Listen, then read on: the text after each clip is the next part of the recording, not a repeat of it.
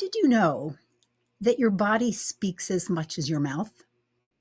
On today's show, we'll be talking about engaging the body to cultivate liberation, justice, and authentic connection with Rae Johnson.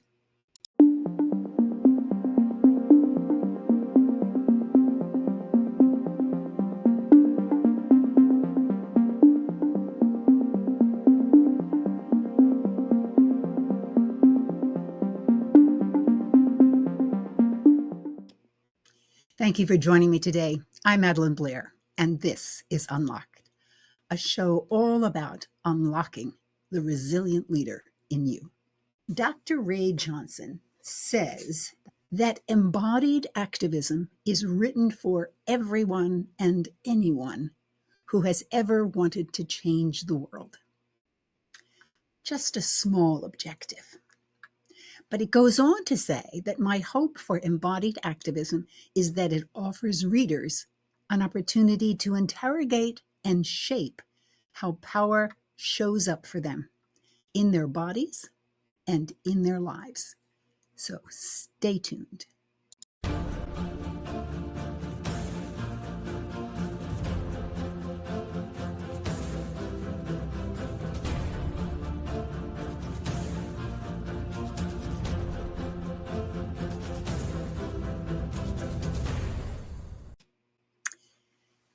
I consider it to be a great privilege to be able to have this conversation. My guest has written a book that talks about things we tend to assume we know. Dr. Rae Johnson is a scholar activist, researching and practicing at the intersections of embodiment and social justice, and has been a professor of somatic psychology for over 2 decades. Rae works with thought leaders, practitioners, and community change agents around the world to help shape the emerging field of embodied social justice. They're the author of several books, but we're going to be talking today about embodied activism. And without further ado, I want to bring on Dr. Rae Johnson. Welcome to Unlocked, Rae. Thank you. It's a pleasure to be here. Thank you. Well,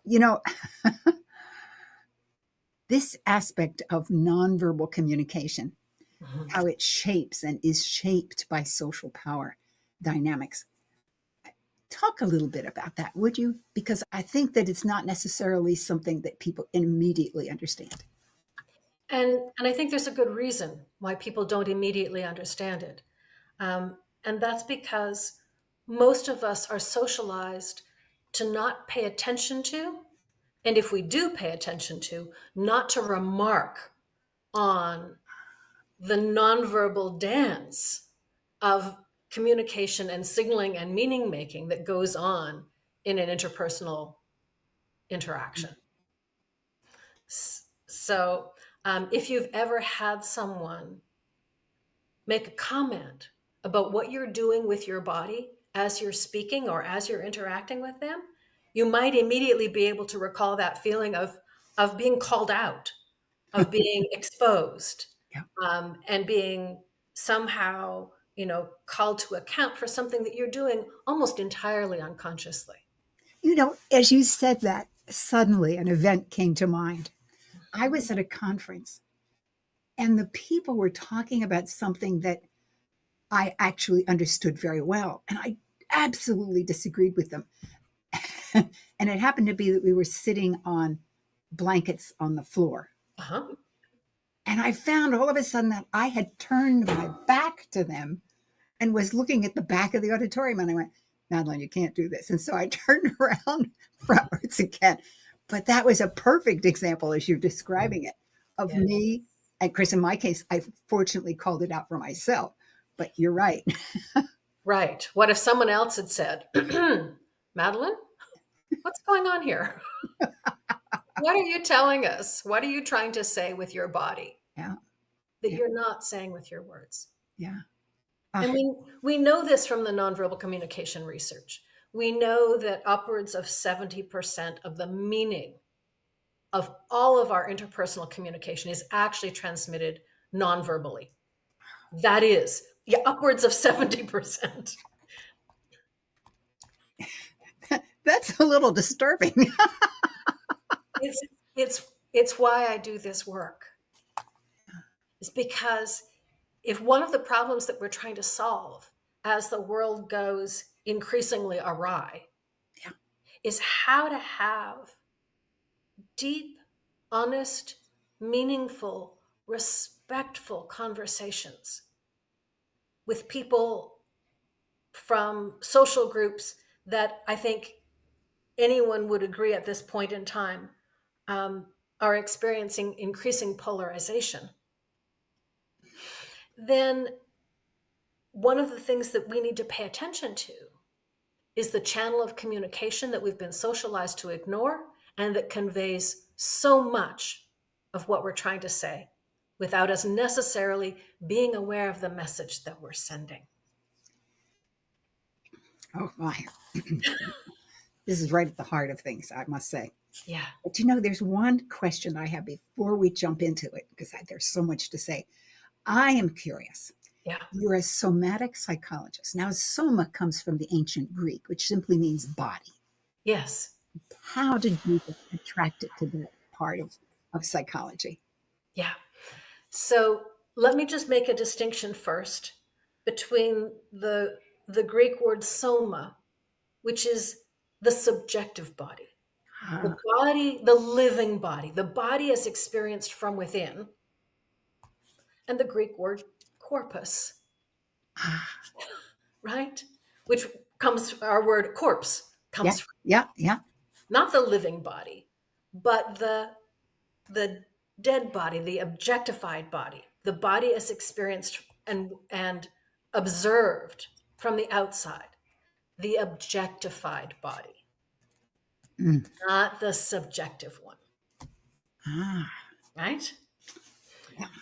And so part of the reason why I became attracted to and developed really a lifelong commitment to somatic approaches to psychology, education, research, a whole range of disciplines, is because I recognized that I was the inheritor of a philosophical legacy, starting with the Greeks, but really personified in Descartes.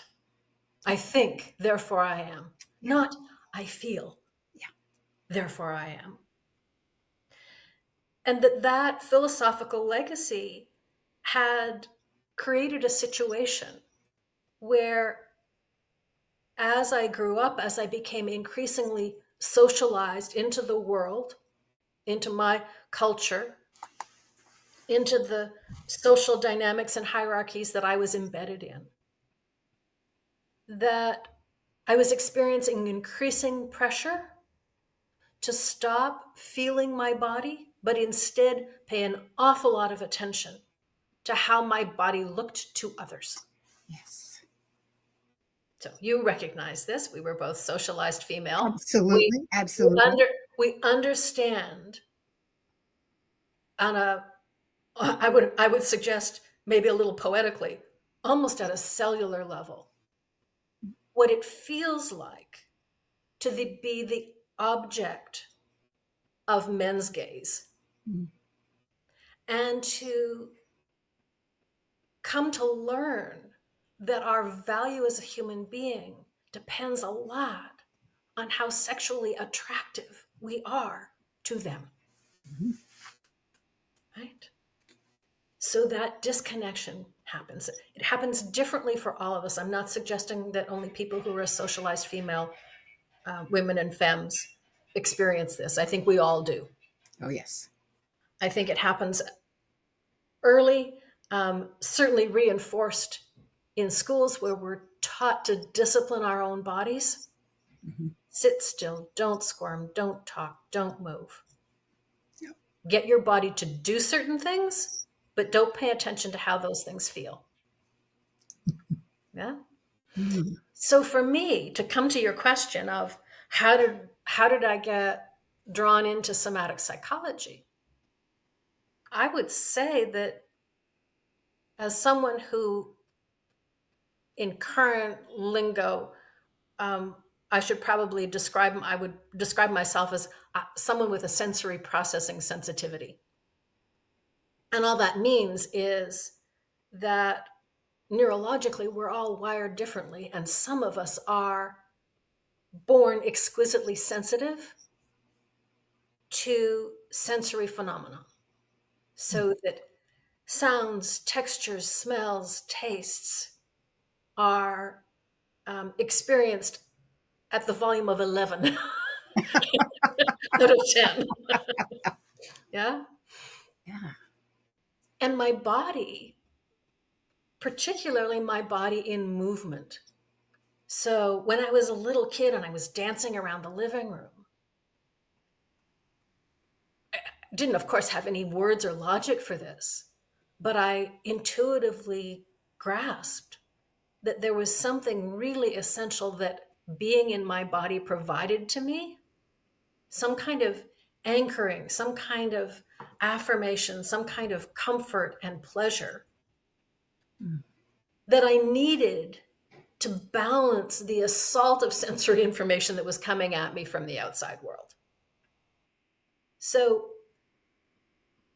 coming to really value how I felt on the inside was a coping strategy, was a survival strategy for me. Gosh, you're opening up memories of my own of Mhm. being a young person. Yeah, Uh, I know today I am still very sensitive to sound. yeah. Uh, my office is silent. Mhm. If you want music while you're working, you have to have something that goes right into your ear, so I don't have to listen to it. Very sensitive to sound, and a few other things too. But that's the one that comes to mind. But as a child, oh my goodness, texture was really important, Yeah. and movement. You're right. As Mhm. children, we really do love to move. At least I did, as well. I think it's how we process experience. Yeah, makes sense. That when something happens to us that we don't quite understand or that feels a little overwhelming or feels bigger than we are, moving our bodies helps us metabolize that experience in a way that makes it digestible. Mm, I like that turn of phrase. Yeah. Yeah. So this is what stayed with me um, through childhood as a young adult. I knew that there was something about the body and being able to claim my embodied experience for myself and to protect it from the sort of the social pressure to only worry about, only pay attention to how my body looked. I knew that there was something valuable in how my body felt. And I used it as a litmus test, as a guide. Mm, I would try things on. And if I felt antsy, even if I couldn't think through or articulate what it was that didn't feel right, I trusted that antsiness, or I trusted that mm. rush of recognition and affirmation. And I didn't know how or why, but I just went, yes, that. Ah, my now that you see, this is reminding me of all kinds of things. Yes, When, good. when I was a little girl, my mother said I would always ask if I could please wear an out dress. Now, when I grew up, the girls wore dresses. I had to Yes. have an out dress, and what I meant was I wanted a dress that if I twirled around, it would go out. Yes. And I'm putting this now together in my mind as you're talking. I say, wow, of course. You wanted an out dress so that you could move and it would be fun. So that you could move and so that you could enjoy the pleasure of the swirling, Yeah. Yeah. so that you could feed yourself Hmm. sensory pleasure Hmm. in a world that maybe gave you too much sensory distress. Yeah. Yeah. Wow. I was going to ask you about specifically your profession, but I think I'm beginning to intuit what it is that you do as a somatic psychologist. Mhm. But I should let you say something about it. All right. All right. So I mentioned earlier that a somatic perspective, that is a perspective that honors, respects, and includes how we feel in our bodies, um, can be applied to all kinds of academic and professional disciplines.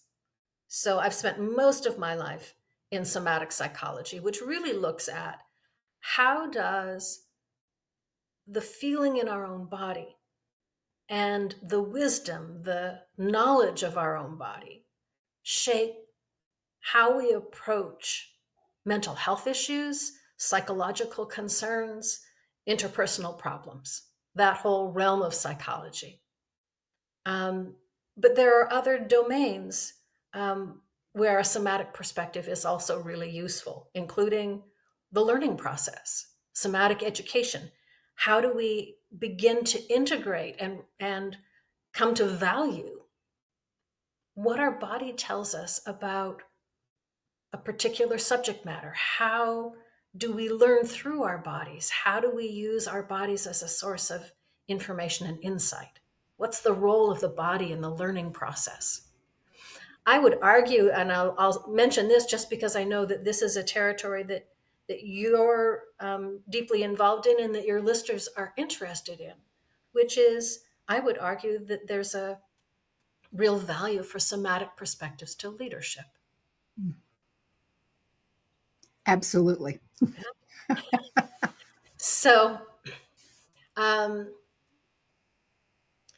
there's a psychologist who's done research on our capacity to pay attention to the nonverbal signals that other people are sending us. So even though I said earlier that we're sort of socialized to be pretty unconscious about what we're saying to one another in that body to body dance that we have when we're interacting with one another, but just because it's unconscious doesn't mean that we don't pick up on what's happening there. That we unconsciously read and respond to those signals. Somebody rolls their eyes, somebody shrugs their shoulders, somebody's at a meeting and they turn around to face the other direction. We all know what that means, Yeah. by and large. There are some real, particularly cultural differences Yeah. in how we make meaning of nonverbal communication that's important to note. But I think it's still true that we we speak body language, Yeah. even if we have different dialects that we don't maybe also always understand. But I want to take a moment and come back to the issue of leadership. There's research that suggests that as soon as someone is put into a position of power, they get a promotion at work, and all of a sudden they are in a leadership role that they weren't in before. That their capacity to empathetically read and respond to their subordinates' body language goes down remarkably and quickly. Wow. Yeah. Mm. Which speaks to how important I think it is that educators, leaders, human service professionals across a range of, roles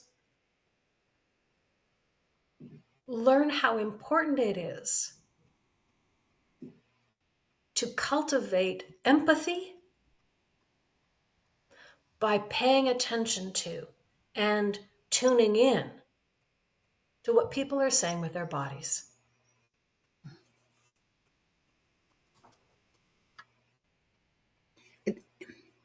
I'm just thinking of examples Mm-hmm. from my own life. Yeah. And my sense from thinking about the many people that I've worked with is that if the leadership role becomes incredibly important to the person, I absolutely agree. They put themselves almost in a cocoon so Yes. that they don't feel it. Yeah. If, on the other hand, they see their leadership role as simply an assignment, it's part of what they have to do, Mm-hmm. uh, they're much more human. Yes. Yes.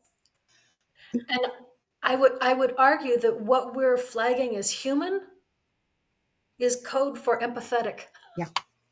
If they're Let's, actually able to continue to put themselves in the shoes of people that they were actually in before they got the promotion, that's right. before they accepted the leadership role. They That's right. know what it feels like in their own bodies. Yep. All right. Let's actually, this is really, really interesting. All these images are coming up in my mind Yeah. of the the people that I had to work with who saw who did put themselves in a higher position. I mean, they just knew they were above everyone. Did you see what you just did with your body? Yes, and that's what they did. They came into a Exactly. meeting, they would stand Exactly. up. They changed their posture. That's right. And they would actually tilt their head so that their eyes looked down. Mhm. And I'm thinking about these people, and they would absolutely not smile. Mhm. There was one person, he never smiled. Yeah. Um, and I, even when I was in argument with him, he would not do anything other than just, mm, mm. Uh-huh. So my response to that turned out to be that I would get up and walk out of the room because to me, he was not communicating with me. He was not listening and he was not telling me anything that would help me resolve whatever was the issue.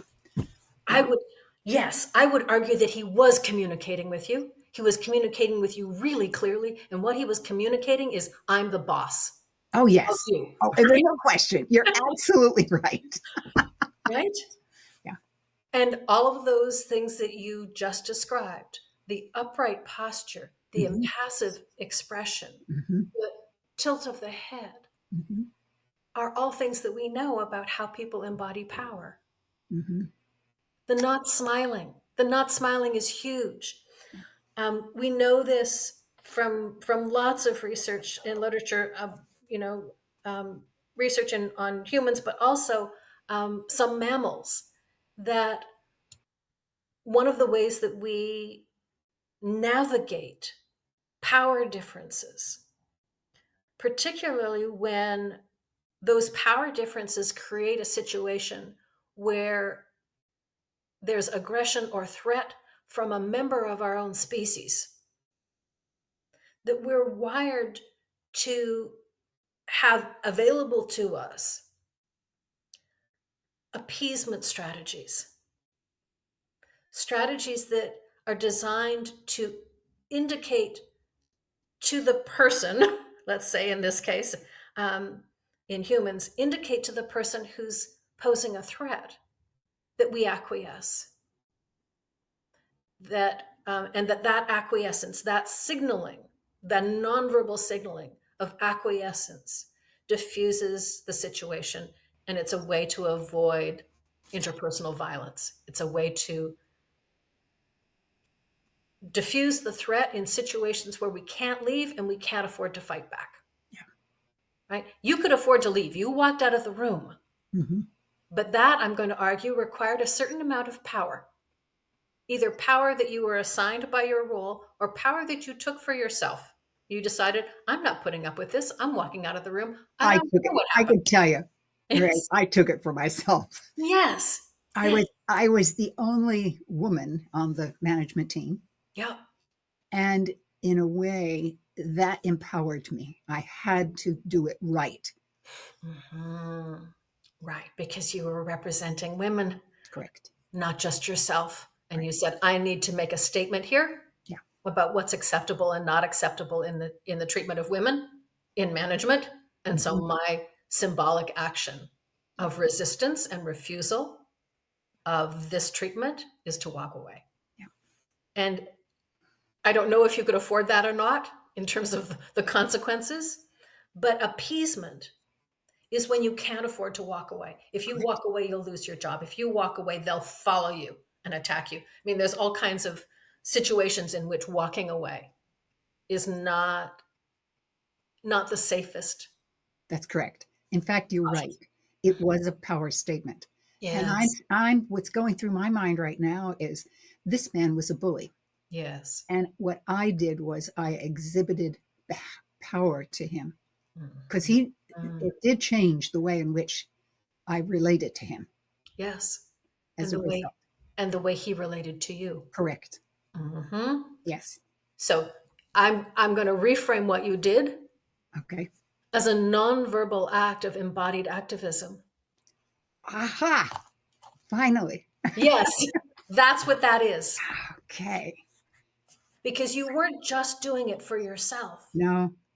You were doing it because you recognized that his behavior was coded on the power assigned to him as male, and that his treatment of you was based on your gender, Mm-hmm. and that you were taking a step for yourself, for sure, but also because you recognize that the steps that you were going to take, in this case, walking away, that those steps were also about resisting gender oppression. Mm-hmm. And that's a social issue. Yeah. That's about social justice. Mm. Well, my next question was about social justice. So we've got there already. It's a nice segue. Yeah. Well, talk a little bit more about that because my sense is at the moment in our culture that there is a great deal of social injustice going on. Um, okay, I'll leave it at that and let you talk about it. Yeah.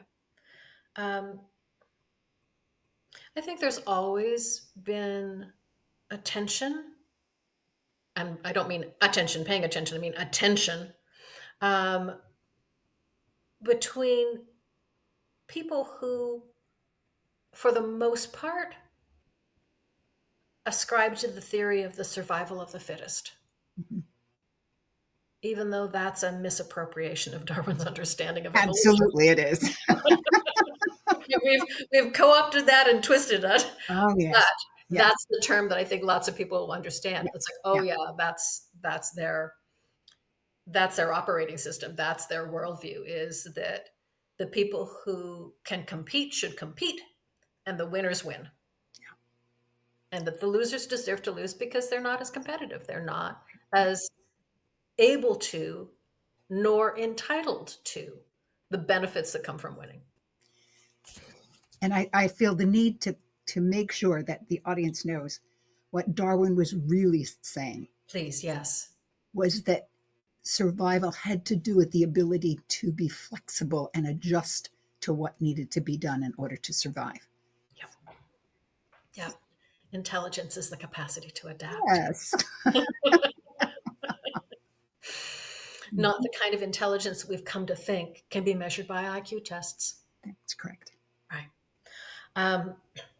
So we could have a whole other wonderful conversation about how to reframe the concept of intelligence as it applies to human relations. Next time. Next time we'll do that.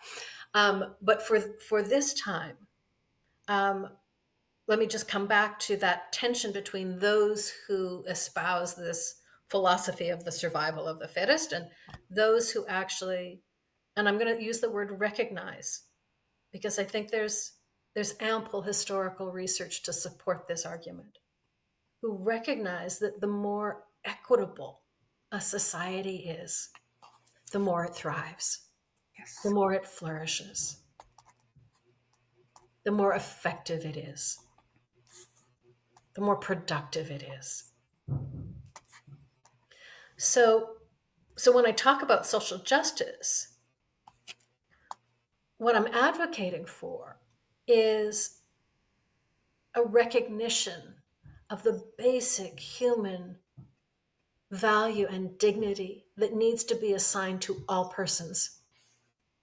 Not because I feel sorry for members of marginalized groups, not because as a member of a marginalized group myself, I want more rights or what I feel like I'm entitled to, although that is true. Both of those things are true. But really, because beyond altruism, I recognize that socially just and equitable societies work best. Mm. There's research in the business literature that suggests that there's a business case for diversity and equity. Yes. Not just a moral case, although the moral case is there. Yep. Right? That diverse teams perform better. Mm-hmm. Yes. So I'll say that about social justice and why I think it's important. And purely selfishly, I want to live in a world that's thriving. Yeah. That's the world I want to live in. So that's the world that I want to contribute to creating.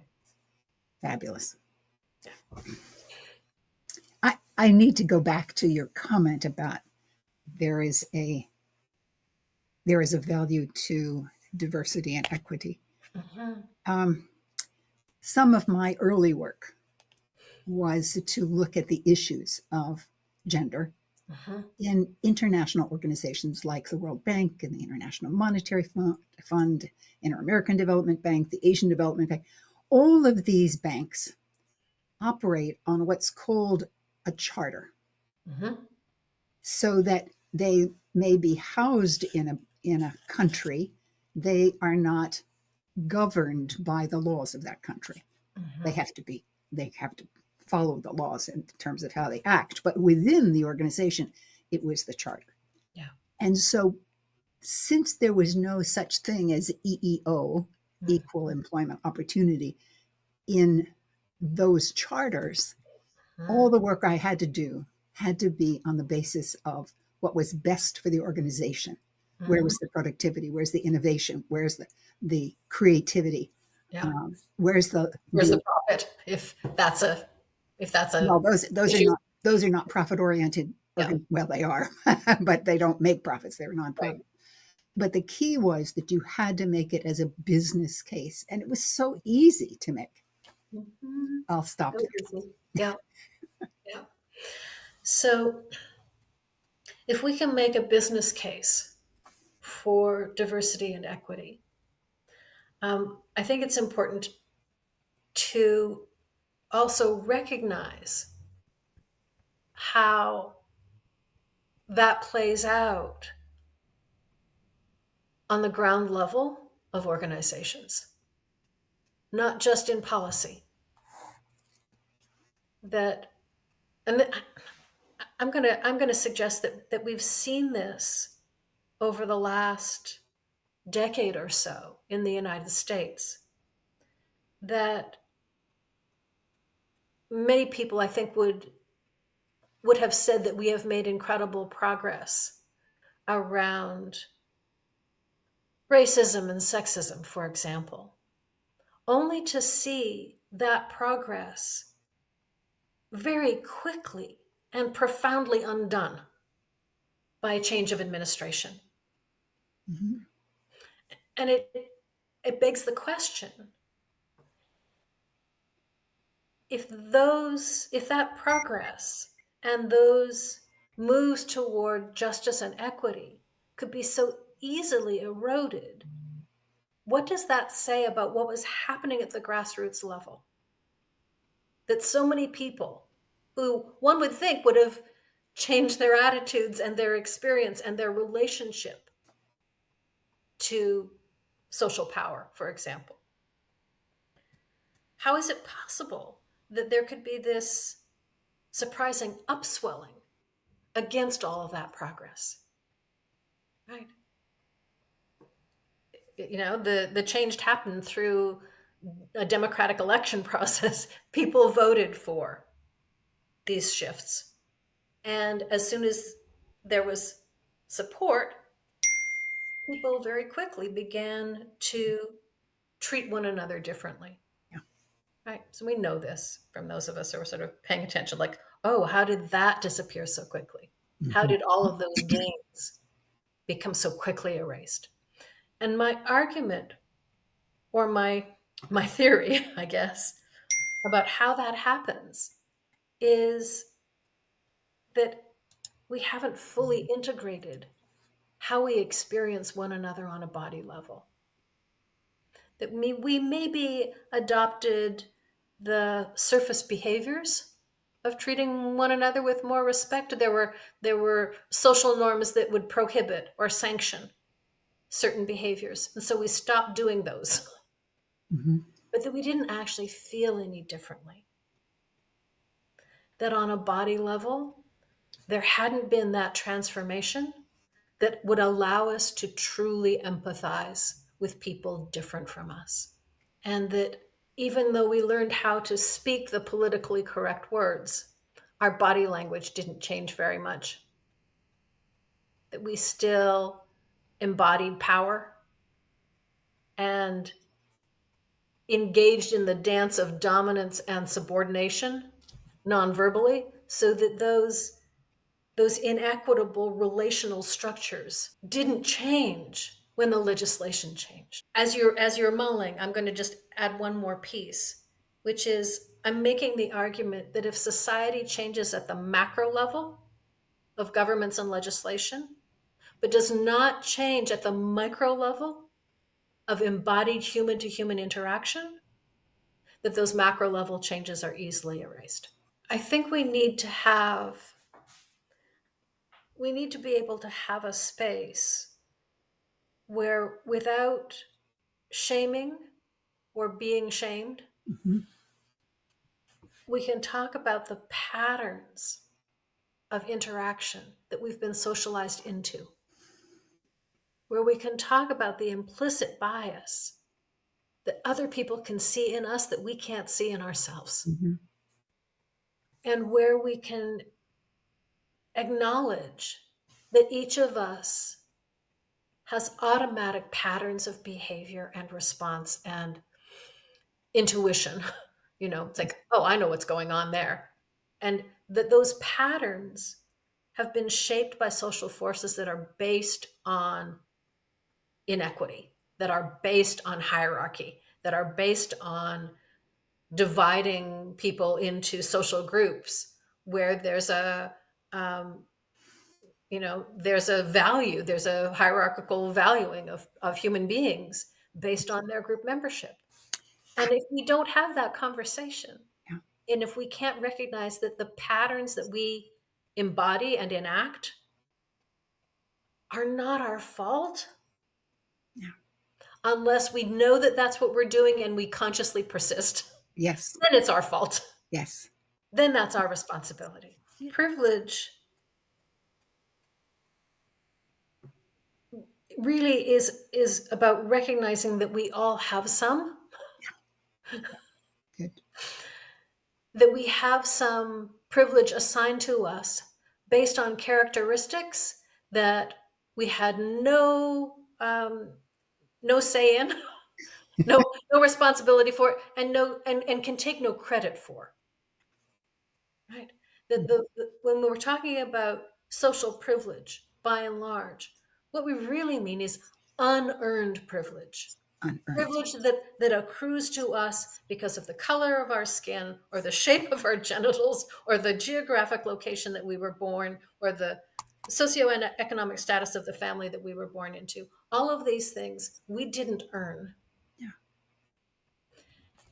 And the tricky thing about privilege is that you can't, if you acknowledge that you have it and you feel bad about that, if you feel ashamed, it's like, oh, I've got all this unearned privilege, you can't get rid of it. You can't disown it. You can't say, I don't want that. Yeah. So don't call me on it because I didn't ask for this. Because people are going to continue to assign that privilege to you whether you want it or not. Mm-hmm. It's a process. Every time someone responds with deference or agreement or ease to your requests or your needs or your desires, based only on the fact that you're a member of a particular social group and have particular social, and I would argue physical attributes, Yes. Yes. That's privilege, and there's nothing you can do about it. And half the time, you don't even know it's happening. You think they're doing it because they're nice people and you're a nice person. And that's not why they're doing it. That's not why they're agreeing. That's not why they're going along. It's not why this is easy for you or comfortable for you. It's not because of who you are as a person, as a human being. It's because of the privilege that's been assigned to you. So waking up to that, I think, is the first step. Mm. Well, that's a great first step. But what else can people do? Ordinary, everyday people, Mm-hmm. people trying to pursue and advance their careers, living in this imperfect society.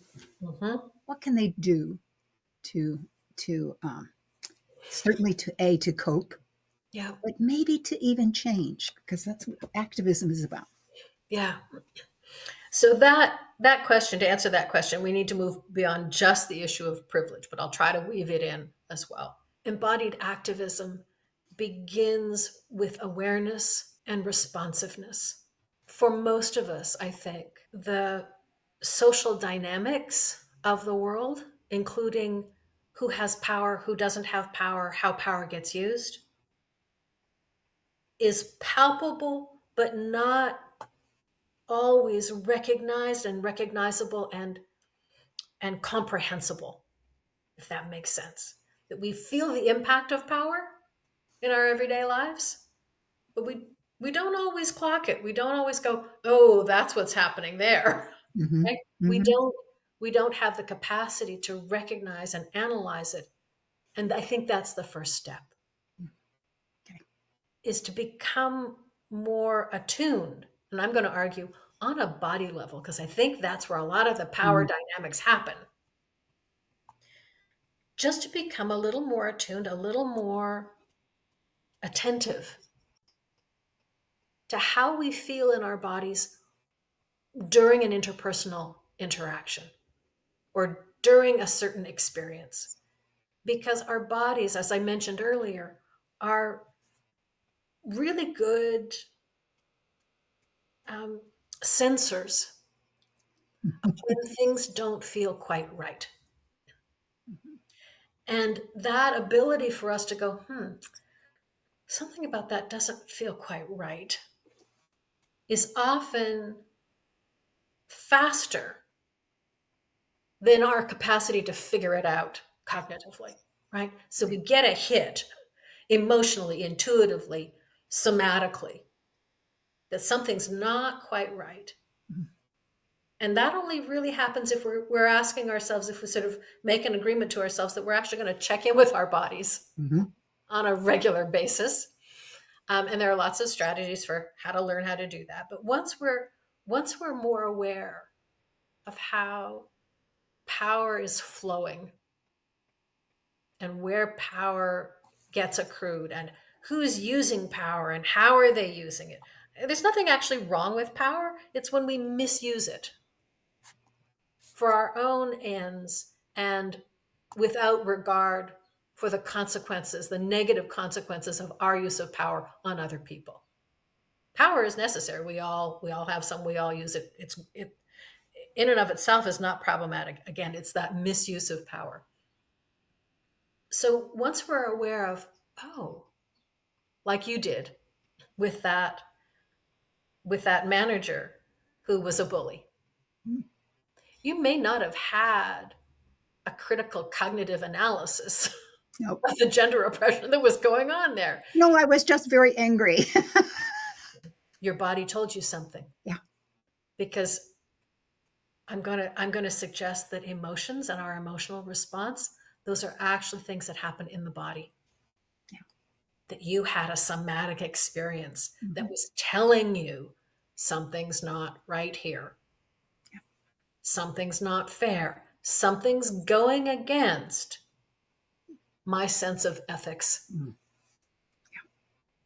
And I'm also going to suggest that our sense of ethics and our capacity for moral courage, doing the right thing in the face of possible consequences that could be to some disadvantage to us, that's also an embodied thing. that we can feel when something's wrong, Mhm. ethically, morally wrong. And that when we're in touch with something that feels ethically and morally right to us, that aligns with our principles and our values as a Mhm. human being, that there's a congruence that happens on a body level that we can actually recognize. Mhm. That there's something that can happen that goes, ah, yeah, Mhm. yes, this is right. There's an affirming response on a body level. So this is all to say, the first step in embodied activism is becoming more attuned, Yeah. noticing that nonverbal communication, going, oh, something doesn't feel right. And then having the capacity to go back and reflect. Because it often is, it's happening too fast and there's too many things going on. Like we can't do it in the moment often. And that's okay. That's okay. But to have a commitment to ourselves and to our own liberation, to go back and go, what was going on there? What was it? Something's not feeling right. What was it that didn't feel? Oh, right. Okay, yes. They were talking about how much they respected me and my authority. And at the same time, they reached out and patted me on the arm, right? And you laughed when I said that because you recognized, Mhm. without me having to explain it, that reaching out and the patting on the arm from someone who has more assigned power than we do is often experienced as patronizing, Mhm. Can right? be. Can Because be. we've learned the code. We've learned the nonverbal code Yes. for how power gets expressed. And so, and this is also something that happens that we know from the nonverbal communication literature, that when someone says something with their mouth that's contradicted by what they're doing with their bodies behaviorally, I really respect you, pat on the arm, Mhm. that it's the nonverbal message we believe. Yeah. You know, I hate to cut this off, Yes. but we have actually overrun our time, which is okay. Okay. Not to worry. Not to worry. Uh, I just have found this to be so exciting to listen to what you had to say, both in the sense of it being uh, valid, but second that it has stimulated so many memories for me Mhm. that has validated what I have done in the past. And maybe I can go through and think of a few times that I shouldn't have done something, but it is a real affirmation that I must continue to live aware of my body in Yes. moments. Mhm. Yeah. Dr. Rae Johnson, thank you so much. My pleasure. I love having these conversations. I'm sorry that I didn't get to more steps that folks can take, but they are outlined in embodied activism. So if you're still curious about what else there is that we might do, both individually and collectively, I wrote that book as a way to help us take some of those steps. Thank you. Every now and then, there is something that changes how I think about the world. Grounds for Thought is a place where I talk about these moments so that you can explore the meaning for yourself. As I thought about what Rae was talking about, I realized that there are times when we want to influence our body because we know that if we can influence our bodies, it'll influence our minds as well. I think. For example, actors, when they get ready to perform, will literally take time off stage, of course, to take their shoes off, put their feet on a ball, like a tennis ball. Sometimes it's a rock, whatever it is, that will allow them to move their foot around so that the foot actually sometimes hurts, but the foot is very stimulated. And what the acting coaches will say is, When you do that, it helps you ground yourself. And I can tell you, I've experienced this. I've used the ball, I've used rocks, whatever it is. And when you're done, all of a sudden, that foot feels very grounded. And you feel more supported as you move into your acting.